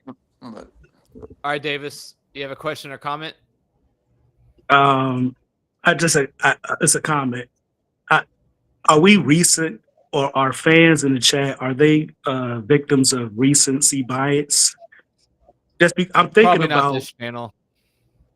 well, not the panel, but the chat. Because I'm thinking about the last dominant centers. Like, Shaq was probably the last dominant center. When you really think about it, like, we got Embiid and Joker now, but before they came along, wasn't it Shaq who was like the last person we thought of as like just dominant, or at the center position, dominant at the center position? And I can agree with everything that has been said by the panel as far as looking at Shaq at his all-time status as a center. And he's borderline top 5. I got him 5 or 6 with Moses Malone, but Shaq didn't put in that work. Like, Shaq was gifted being 7'1" and freakishly athletic and having basketball skill and talent, but I don't think he maximized that talent. I think he went, like, which has been said, he made movies, made rap songs and all that, but we got to really evaluate Shaq and the Orlando Magic and that early Lakers team. Like, those Lakers teams were loaded. Like, several All-Stars on those Lakers teams that was getting swept by Utah, beat by San Antonio. I was watching this thing with Shaq and Penny, and Shaq was talking about he wasn't focused for the finals in '95 against Hakeem, and Penny was like, "No, I was getting sleep. I was focused." And when you look back at that series, Penny was balling. Shaq, he did what he did, but it tailed in that performance. Like, a lot went wrong in that perform for the Orlando Magic, but the King balled out and did what he's supposed to do, and Shaq, So that's my comment. Yeah, anyone want to respond? Yeah. I mean, listen, absolutely. I mean, listen, we're talking about here. No one's taking away from Shaquille O'Neal. Let's be very clear here. Shaq is an all-time great player. Like I said, a sports team. When we're talking about he's debatably a top 5 center all time, and people are arguing, is he a top 10 player all time, and things of that nature, that shows that people respect you and highly think about you and what you do on the basketball court. But we can't refute the facts, and the facts remain. When Shaquille O'Neal started to dominate the way that everyone talks about, the great centers that were in the NBA were phasing out, right? Like you mentioned, he was really the last great center. And why is that? Because all the other guys were already gone. They had been gone. So once again, that doesn't take away from Shaquille O'Neal, but we have to also talk about those things. When you mention Shaquille O'Neal and Anthony Hardaway and the dynamic between them, this is also what we're alluding to. The talent that Shaquille O'Neal had around him, but he didn't quite seem to get the most out of these guys. And why would he not do that? Because Shaq ain't in practice pushing everybody in practice, because he ain't practicing. So once again, this is what we talk about, and you talk about the Los Angeles Lakers. Shaquille O'Neal and Kobe Bryant should have won 5, 6, 7 championships maybe. They should be regarded as the greatest duo in NBA's history. But in fact, it's Michael Jordan and Scottie Pippen. And why is it really that they're regarded that way? Because if you think about Scottie Pippen, he's nowhere on the level of a Shaquille O'Neal singularly or a Kobe Bryant singularly. But it's the collaboration between them, because Michael Jordan was able to extract the most out of him. So you have two guys who maximize themselves. Shaq did not maximize himself, and that's the bottom line here. Yeah. That gentleman's sweep against Detroit, he had a lot of gentleman sweeps. Y'all brought up against San Antonio or Utah a couple years ago. When he was in Miami, didn't the Bulls get him in a sweep in Miami, or a gentleman sweep? So Shaq is a great player, great center. No one's hating, but I think in the age of ESPN and the media, a lot of fanboys, they don't understand that truth, and looking at things in context and with analysis, that's actual like criticism and not hate. But I'm gonna drop off real quick, guys. I gotta go. We gotta debate at 1, so I'm gonna drop off and get ready for that. Yo, Nick, man, good luck, man. Be good. Later, guys. All right, sir. Nick is competing in the losers bracket final, and then whoever nice. wins against Alessandro in a Magic Johnson versus Kobe Bryant debate. After this stops, if you want to watch Nick debate Alessandro, who's greater, Kobe Bryant or Magic Johnson, tune into my channel after this at the top of the hour, wherever you are, because it's 7:30 in the morning here. But it's going to be an entertaining debate.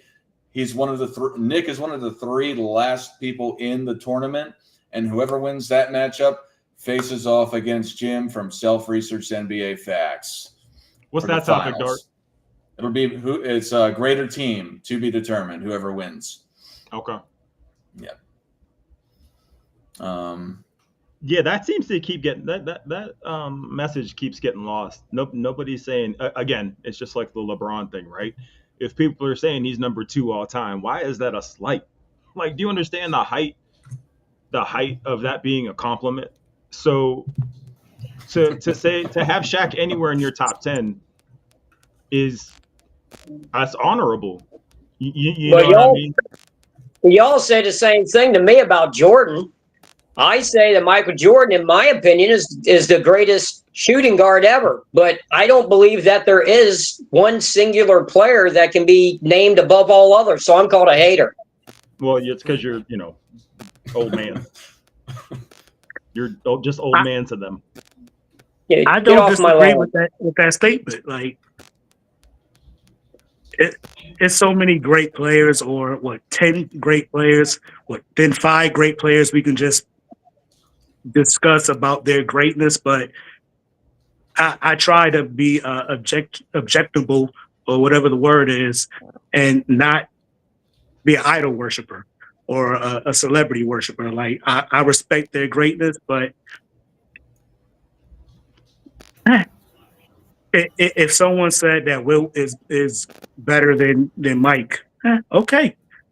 Or if they want to say Magic is better than Mike, okay. Like, I'm not going to get bent out of shape. If you say LeBron is better than Mike, then there's going to be an argument.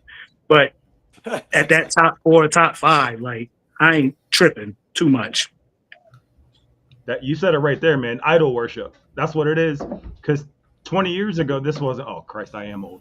20 years ago, this wasn't even like, if you had who you had in your GOAT, it was that, and it wasn't an argument. It wasn't everybody attacking each other's personal weaknesses and worst nightmares and dreams and stuff like that. It was just, oh, that's cool, that's your opinion. But now it's just to your point about idol worship. How dare you say anything that that is not aligned with what I say? Now we gotta go at each other's throats. I asked Sports T the same thing. How dare her? Oh, you did? It's old bald man thing. How dare you, Sports T? D. Davis for mayor. I wish you well on your election. It is election season, so I hope. I hope you're on. Hey, just long as if you lower inflation and lower these gas prices, you got my vote. Hey, I ain't running for nothing but the cable bill and the light bill. Like, that's the only people I'm running from. But but before I leave, did y'all hear about Matt Barnes? That thing that Jason Whitlock brought up about Matt Barnes lying about his high school race story. Woo. I don't know. I did not. I'm not shocked. Matt Barnes is. No, was this on All the Smoke? Like, where can it be found? So when they interview Kamala, he brought up a story about supposedly from high school about the KKK coming to his high school and hanging a noose with his jersey on it. And he said they burnt down the school or something like that. And Jason Whitlock did an expose about it on his. Wait a minute. He fabricated a story? Oh, yeah. Interesting. Oh, wow.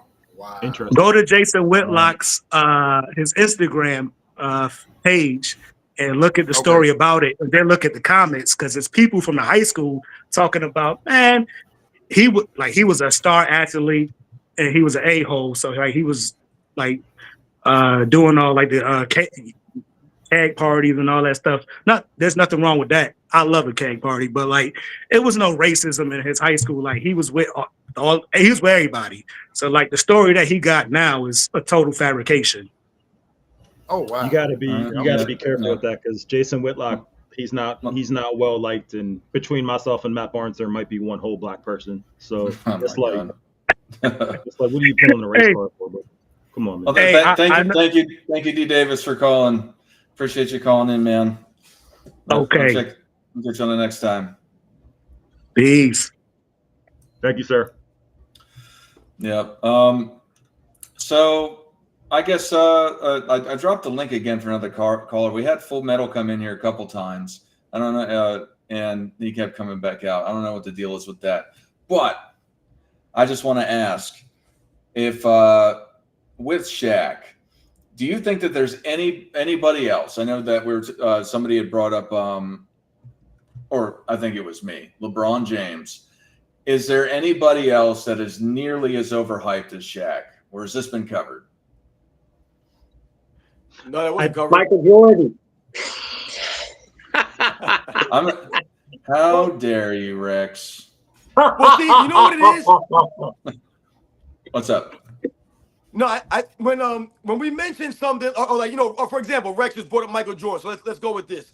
When we think about someone like Michael Jordan, and we think about Shaquille O'Neal, the difference between Michael Jordan to this day and all these other all-time great players is that Michael Jordan still to this day has remained out of social media, has remained out of these podcasts. He doesn't do interviews like that. He remains out of the public eye, so to speak. He's living his best life, essentially, Michael Jordan. And that's what really makes Michael Jordan so great, is that he doesn't promote himself through podcasts or social media. He doesn't have a billion of commercials all over the place telling you to buy his shoes and, buy his products. But yet, somehow, some way, Michael Jordan still manages to be just as famous as he ever's been, sells just as much as he ever has. But when we think about someone like Shaquille O'Neal, the one thing that bothers me about Shaquille O'Neal is that any chance that he gets to promote himself, to pump himself up, to call himself the most dominant, he does it. And I think that's why a lot of people think that he's overhyped or, overrated or over celebrated, because anytime that Shaq gets a chance to talk himself up, he does it. There's really a lack of humility from a lot of these great players when you see and notice the way they speak about themselves in their past career. They try to rewrite history. So a lot of the Shaq fans will always say the same things. Shaq is the most dominant. He'll bully this guy. He'll knock this guy down. They can't give you any basketball breakdown as to why Shaquille O'Neal was greater than XYZ. They just talk about his physical size. And that's why I say it's physical dominance, not dominance. Sports T came on here and she mentioned dominance. I said he did not dominate statistically. He didn't. He didn't rebound or block shots or none of those things. He didn't win any MVPs in the 90s. None of that stuff. No defensive teams. All right. Welcome, CJ, or not. I don't know. Anyway. You just dropped off the thing. But what do y'all telling too much. Does anyone have anything to say about with Robin? I think it's a good point. But I think that the people that just self-aggrandize to say, I did that because I'm the GOAT or whatever, or that one made me the GOAT, that kind of stuff. But CJ, welcome, CJ. Do you have anything you wanted to ask anyone on the panel? What's up, y'all? Can y'all hear me? What's up, man? Yeah. Hey, I love the show. I'm glad to be off today so I can call in. But I just wanted to talk about Shaq real quick and put the 2006 excuse me, the championship in 2006 in perspective. The Dallas Mavericks were killing the Heat offensively. Shaq was doing nothing defensively. The reason, in my opinion, that the Heat were able to overcome the Dallas Mavericks was because of Alonzo Mourning's defense. His physicality and the way he impacted, he changed every shot that Dirk and Josh Howard and all those guys were putting up. I feel like him and Dwayne Wade's impact, his free throws, all that stuff, that's what really got them over the hump. Shaq was good. He put up his numbers. He had his impact. But the X factor to me was Alonzo Mourning more than Shaq alongside Dwayne Wade. And also, his lack of leadership showed the next season as the reigning champions when they got swept by my baby Bulls with Ben Gordon and all of them and Captain Kirk. I just wanted to just put his career into perspective when they talk about dominance and, put some, context to it. Yo, that was a great comment, man. You broke it down right there. And what you did was you exposed something that we brought up earlier when we talked about the talent that Shaquille O'Neal had around him throughout his entire career. When you bring up an Alonzo Mourning, right, that you talked about could have been the X factor, his defensive intensity, his presence on the defensive side of the ball. We didn't even mention that Gary Payton that was also on that team, right? Guys like Jason Williams. There were a lot of talent that's been around Shaquille O'Neal. So great comment. All right, CJ, thank you for calling in. We got a couple more people in the backstage. We're going to shut this down. I got to do the show with Nick. But thank you for calling, sir. Nice. Thanks for the Kirk Heinrich drop, too. I haven't heard that name in forever. We got YT Hoops with the glasses. What's up, fellas? How you doing? YT Hoops. Here we go. It's the GOAT. What up? What up? This is YT Hoops. I'm YT Hoops. Oh, yeah, you got to gain about 40 pounds and you're there. Oh, I don't know. I'm pretty chunky myself, so I've been following the dominance of Shaquille O'Neal going to the McDonald's drive-thru lately. Right. All right. So I got two quick things. Right. So when I said the other day that like Shaq's the GOAT, obviously it was a little bit tongue in cheek. But here's my point. Right. My life's on the line. I have to win one game. I get the first pick and I can pick any player and I get them at their absolute peak. I'm probably taking Shaq. It's close with MJ, but I just value a center so much. And I think at his absolute best, he's probably the most impactful and a positive player ever. I don't think that's a crazy statement. Just real quick. Second thing is, yeah, Shaq is definitely top 5. Shaq is definitely over Russell. And the reason is because of his relative true shooting.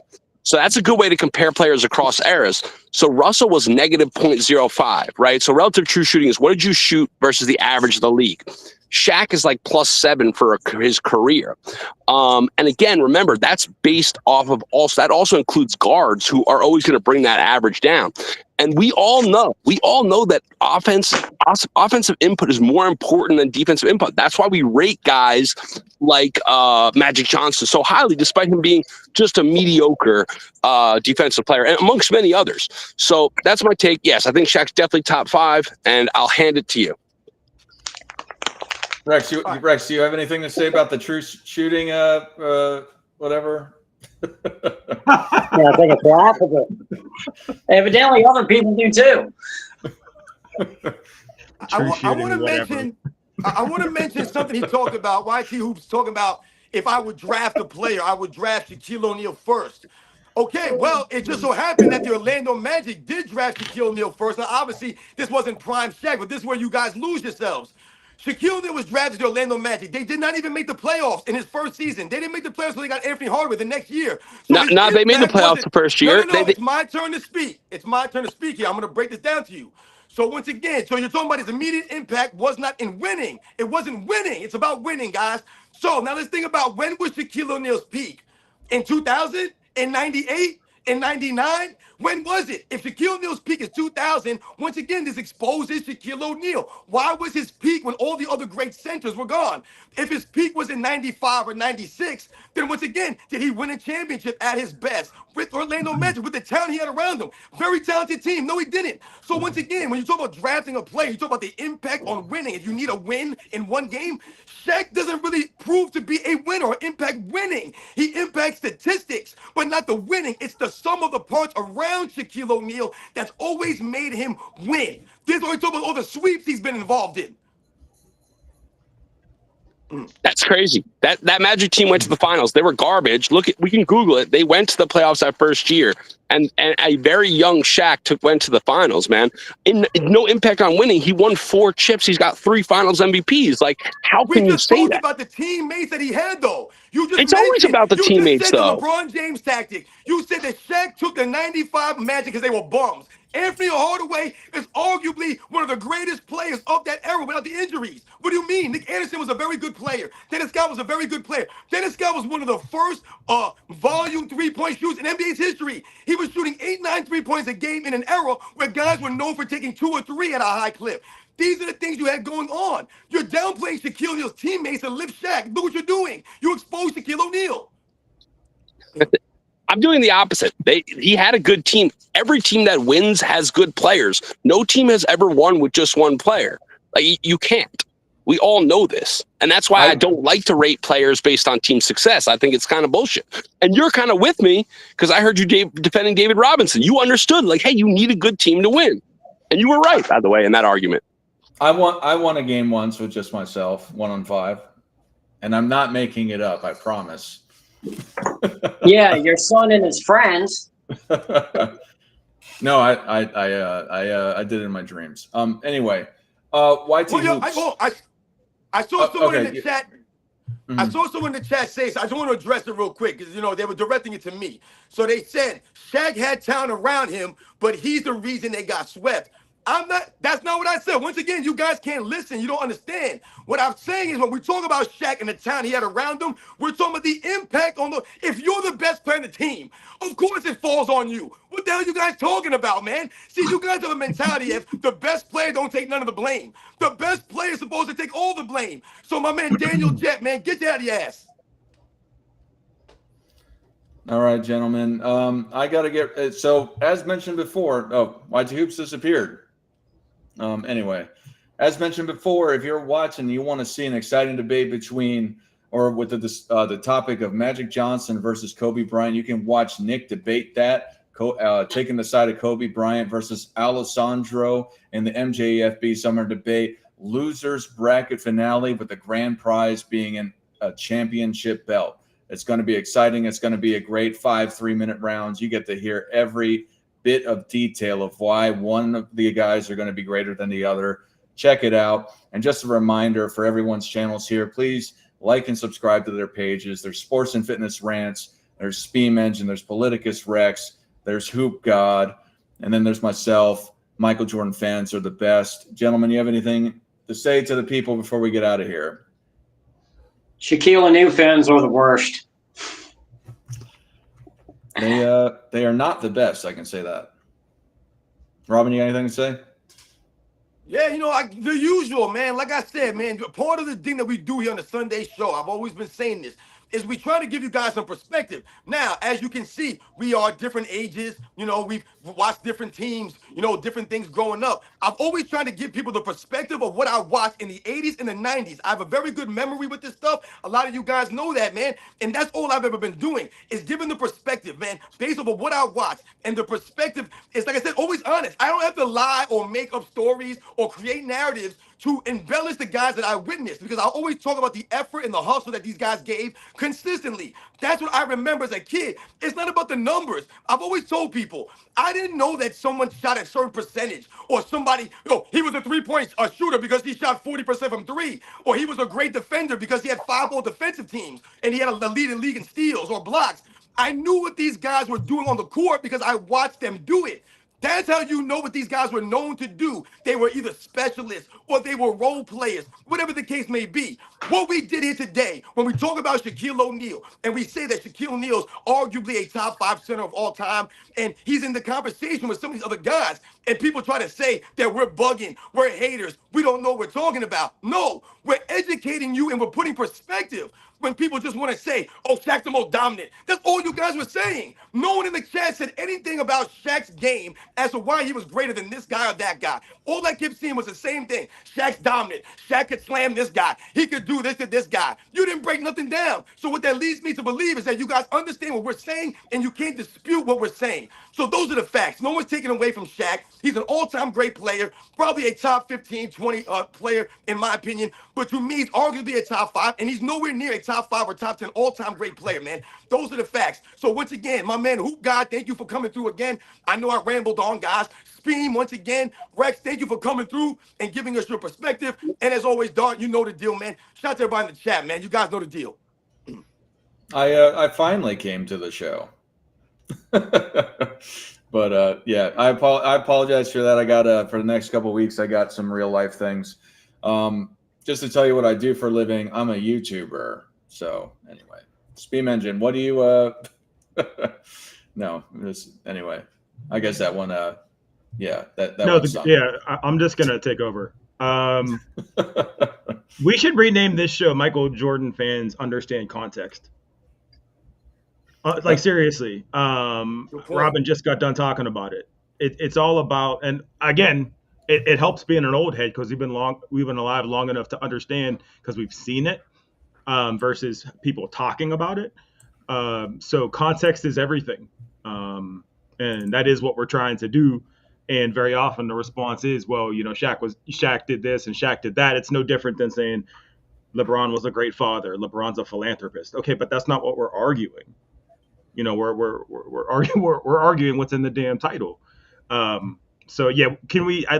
Maybe actually let's rename our show the Precision Hoops to Context Hoops, and just leave it at that because that's our big thing, man. Putting stuff in perspective. Thank you, everybody. It doesn't have an exciting arrow in it though in the intro. Well, all you got to do is get the what was the woman's name? Because I know a lot of people in here don't talk to the quote unquote girls very often. What was her name? Sports Tea. Sports Tea. Just get Sports Tea on one of these shows at least once a week, and you'll see your audience numbers stay consistent or go up. You trying to say that we ain't good to look at? I mean, I didn't say that. I'm just saying I'd like to improve. No, you're right, man. You're right. Improve the output. See, exactly. You're like one of these LeBron fans. It's always good to have a different voice. You should try and get Irish Girl. Irish Girl. Who's Irish Girl? Look her up on YouTube. Irish Girl. I never heard of her. I'll shoot my. Very big Larry Bird fan. She has thousands of followers. Mike and Oh, I remember Irish Girl. Actually, I do remember off of my arch nemesis's channel. Michael Jordan Fans Are the Worst channel. Well, I wasn't going. You didn't. I don't know if you wanted me to say it, so I didn't say it. But I didn't know that was a thing. I'm checking that out. I think it finally got banned for good. Anyway, I digress. Hoop God, what do you got to say to the people? In typical. Well, there you have it. Hoop God, what you got, man? Typical Hoop God fashion, technical difficulties.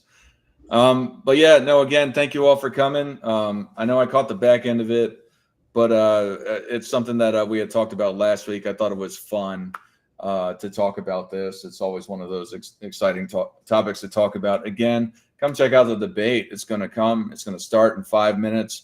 It's a pretty big deal.